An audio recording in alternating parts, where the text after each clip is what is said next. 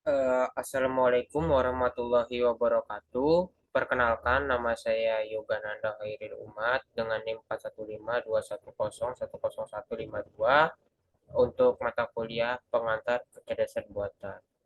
Eh, Hari ini tugasnya adalah tentang ide tentang computer vision. Saya membuat ide ini murni tanpa mencontek siapapun, tanpa melihat siapapun, baik dari teman-teman saya ataupun orang lain. Ini murni pemikiran saya sendiri, gagasan saya sendiri, karangan saya sendiri. Saya memberikan nama yang umum yaitu Hologlass, dengan slogan The New Innovation.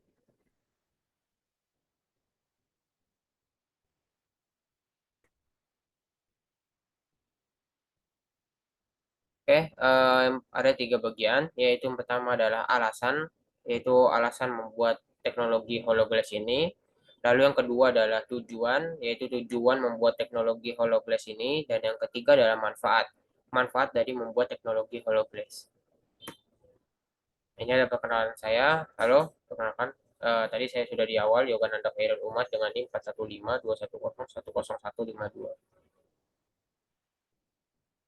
Ada kutipan atau kalimat terkenal yang membuat saya berpikir bahwa teknologi di dunia ini dapat diciptakan oleh siapapun. Salah satu kutipan yang terkenal adalah dari Michael Galliano, yaitu teknologi membuat apa yang tadinya mustahil untuk dibuat menjadi mungkin. Desainnya membuatnya menjadi nyata.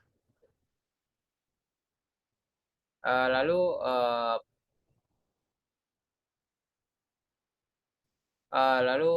HoloGlass itu apa sih? HoloGlass itu merupakan sebuah kacamata yang digabungkan dengan menggunakan teknik hologram, yang mana ini merupakan ide yang cukup menarik, sebab di dunia ini perusahaan-perusahaan memang sedang menciptakan teknologi yang serupa. Bahwa saya masih memantau sampai saat ini bahwa kacamata hologram atau kacamata holo ini memang sedang diciptakan, belum sampai rilis resmi. Jadi baru berupa prototipe aja.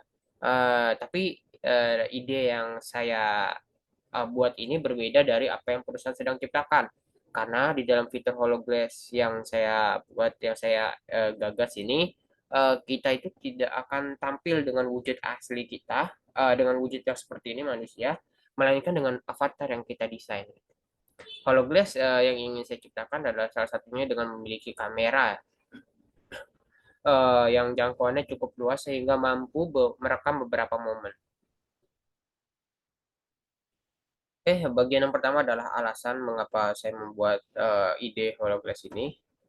Eh, Alasan saya menciptakan HoloGlass ini adalah karena saya melihat masih banyak orang yang merasa sendiri dan tidak punya siapapun di sampingnya, baik keluarga ataupun teman ataupun saudara ataupun kerabat lainnya.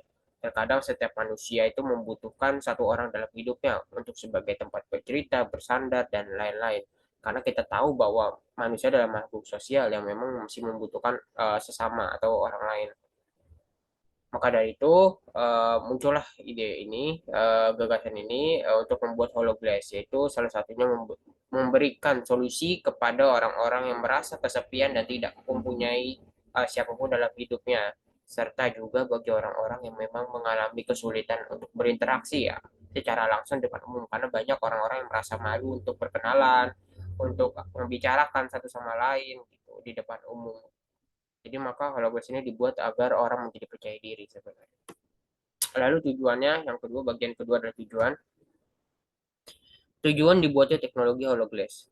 Yang pertama-tama yaitu untuk membantu pengguna supaya lebih percaya diri di depan umum. Tadi berkaitan dengan yang sebelumnya, memang HoloGlass ini diciptakan untuk agar pengguna itu pede untuk berbicara di depan umum, baik berbicara kepada avatarnya ataupun berbicara kepada sesama pengguna HoloGlass.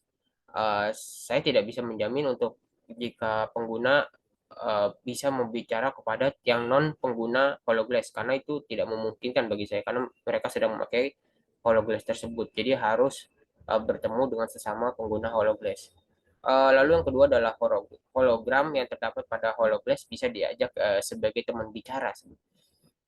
Jadi ketika kita sudah sampai di rumah saat misalnya pulang kerja atau pulang kuliah atau pulang sekolah, kita merasa kesepian, hidup kita memang merasa tidak ada teman lain yang bisa diajak curhat atau saudara yang bisa diajak curhat atau keluarga pun, maka hologram yang diciptakan oleh kita ini yang ada di dalam HoloGlass ini itu akan bisa berinteraksi secara langsung dalam bentuk 3D, yang mana memang tujuannya adalah yang mana memang nantinya hologram ini akan merespon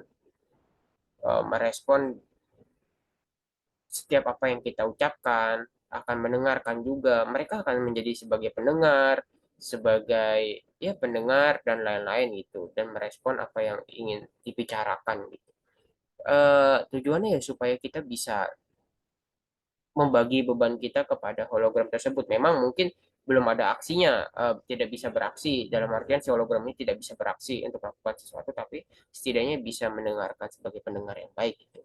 Lalu yang ketiga untuk keuntungan yang besar. Saya rasa setiap perusahaan ataupun setiap orang yang menciptakan teknologi untuk menciptakan suatu benda atau barang itu pasti bertujuan paling utama itu adalah meraih atau meraup keuntungan yang besar. Tidak dapat pungkiri itu semua orang pasti seperti itu. Lalu yang keempat adalah sebagai media antara kehidupan nyata dan kehidupan virtual. Karena saya melihat banyaknya orang-orang saat ini di luar sana yang masih belum bisa membedakan antara mana kehidupan nyata dan kehidupan virtual. Dalam artian bahwa terkadang mereka masih mencampur-campurkan dua kehidupan itu. Seperti ada yang kehidupan nyata dianggap sebagai kehidupan virtual. Dan kadang kehidupan virtual dianggap sebagai kehidupan yang nyata. Ini tentu berbeda. Eh, Jelas berbeda. Jadi HoloGlass ini dibuat untuk menyeimbangkan, jadi dia adalah dalam artian dia itu suatu penyeimbang, jadi beda sama yang di pikiran orang-orang lain. HoloGlass ini nih memang kita kan antara tengah-tengah antara kehidupan nyata dan kehidupan virtual gitu. Jadi ketika memakai HoloGlass ini, kacamata Holo ini, dia akan berada dalam posisi di mana dia akan berada di dunia virtual atau kehidupan virtual. Namun ketika dilepas, dia akan kembali ke kehidupan nyata dan dia akan berinteraksi lagi. Lalu yang ketiga adalah manfaat. Nah, manfaat teknologi HoloGlass ini ada beberapa. Yang pertama, mampu menjadi wadah interaksi bagi orang yang mengalami kesulitan berinteraksi di depan umum. Ya, tadi yang saya bilang, terkadang beberapa orang masih malu untuk berinteraksi di depan umum. Mungkin dengan dirinya introvert ataupun dirinya tidak apa ya, tidak pandai untuk berbicara. Jadi eh, dengan menggunakan HoloGlass ini dia akan menampilkan avatar-avatar yang akan mewakilkan dia untuk berbicara sesama pengguna, tentunya sesama pengguna HoloGlass ya.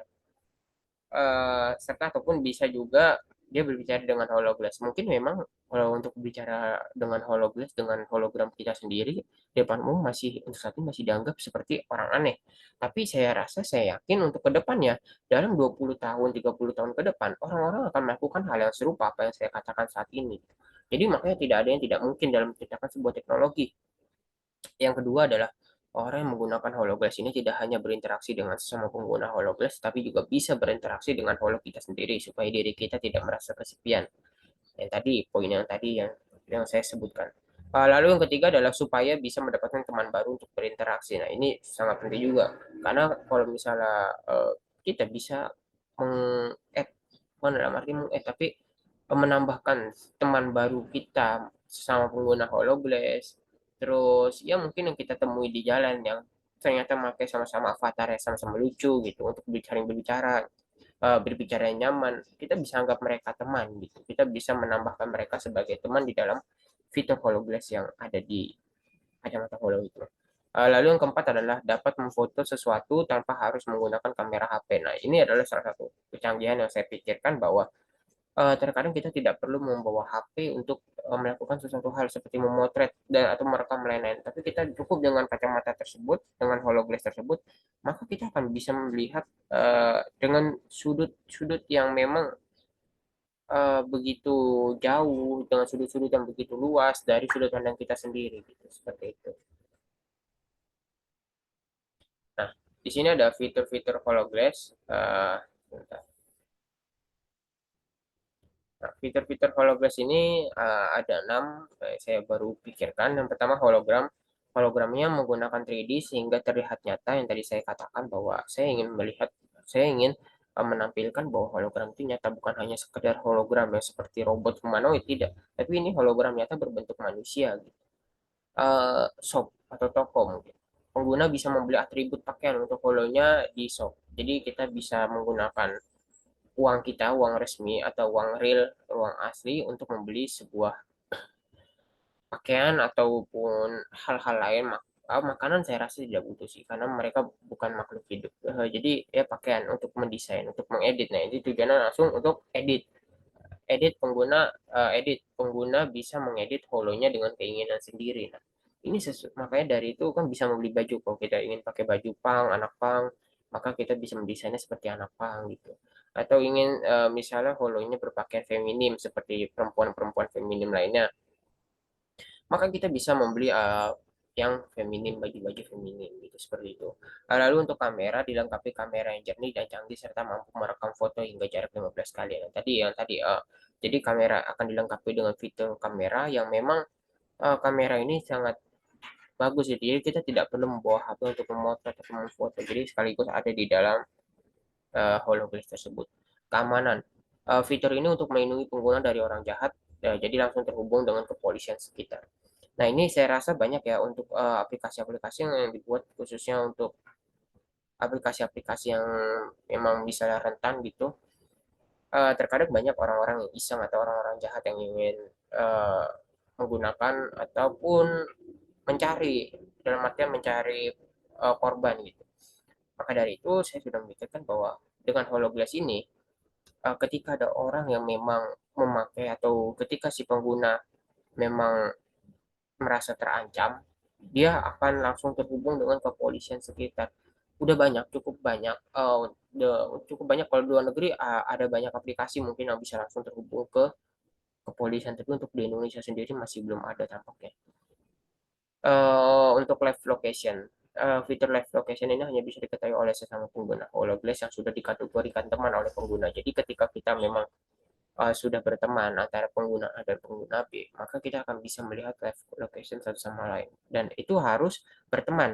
Nah, supaya apa? Kenapa saya mengatakan supaya harus berteman? Karena supaya kita bisa tahu apakah orang itu baik atau jahatnya.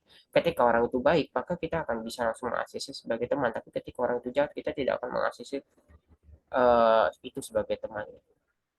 Jadi fitur live location ini sangat bagus ketika memang kita bisa meet up atau misalnya oh ada dekat sini kita bisa ngobrol dengan avatar kita, bisa ngobrol dengan eh, orang atau penggunanya, sesama penggunanya. Jadi itu bebas. Nah, ini adalah rancangan iseng-iseng yang saya buat. Target pengguna HoloGlass dalam persen. Yang pertama ada 60% kategori dewa. Bukan kategori, 60% eh, usia dewasa, yaitu mulai usia 19 tahun sampai 44 tahun. Ada 30% dari anak-anak mulai dari 12 sampai 18 tahun, serta 10% orang tua 45 sampai 60 tahun. Kenapa dari anak-anak itu umur 12? Karena saya rasa 12 sudah sudah cukup ya untuk melakukan membeli atau menggunakan HoloGlass. Tapi kalau untuk di bawah itu masih belum cukup, masih ada resiko. Oke, sekian dari saya, itu saja.